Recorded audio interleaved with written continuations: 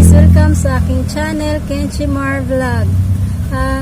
Guys, alin ba sa inyo ang mas convenient na mamili? Yung online shopping or yung kayo mismo ang pupunta sa mga groceries or sa shopping mall para mamili?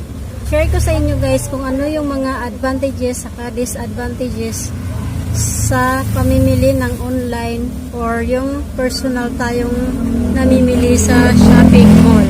Advantages number 1 guys, pagka-order natin online, hindi din natin kaagad makukuha yung items. Kailangan pa nating maghintay ng ilang days bago natin ma-receive yung items na in-order natin online. So minsan, inaabot pa ng hindi lang ilang days kundi weeks or mga ilang weeks pa, lalo na kung galing sa ibang bansa yung order natin. Hindi kagaya ng pag nasa mall natin bibilhin na pag uwi natin dala-dala na kaagad yung items na binili.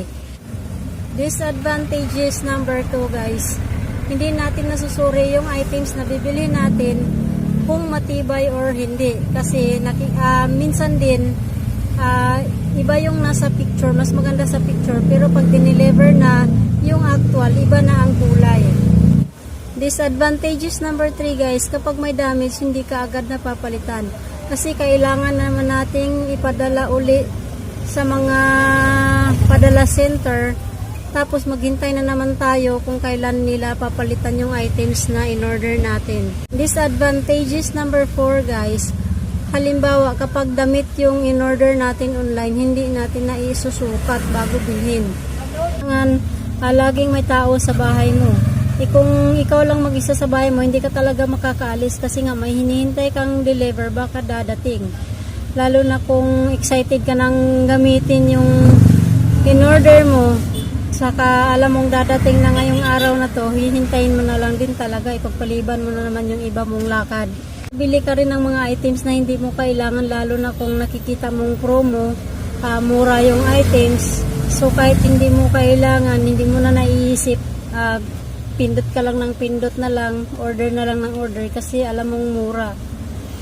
Sa advantages naman tayo guys, advantage number 1, hindi ka na magpapagod kasi hindi mo na kailangang lumabas ng bahay para makabili ng items na gusto mo. Isang pindot mo na lang, hintayin mo na lang kung kailan ang schedule ng deliver ng items. Advantage number 2 guys, hindi ka nasasabak sa traffic kasi alam naman natin, lalo na kung nasa Metro Manila tayo, na sobrang traffic, kaya mahirap din magbiyahe, tsaka sobrang init pa ng panahon. Advantage number 3 guys, naiiwasan ang pagbili ng mga sale na items kasi kadalasan marami tayong nadadaan ng sale na items, so minsan naiinganyo tayong bumili kasi mura yung presyo, kaya maiiwasan mo yung ganon kapag order ka sa online. Advantage number 4, naiiwasan ang pakikipagsiksikan sa maraming tao, lalo na tuwing December, ang dami-daming tao sa mga mall, kaya hindi mo na kailangan makipagsiksikan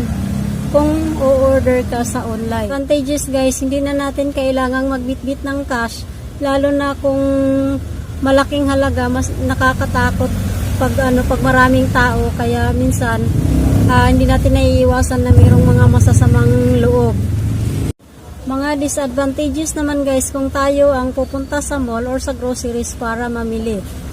Unang-una, yun nga, sasabak tayo sa traffic, mainit, saka minsan mahirap sumakay, agawan sa mga sasakyan. Tapos, tayo din yung magbitbit ng mga pinamili natin, lalo na kung marami yung bibilhin, pag mga groceries, ganyan, mabigat bitbitin, kaya mahirap din pag tayo din mismo ang bibili. Kailangan meron tayong service, sariling sasakyan para mapabilis tayo sa pag-uwi.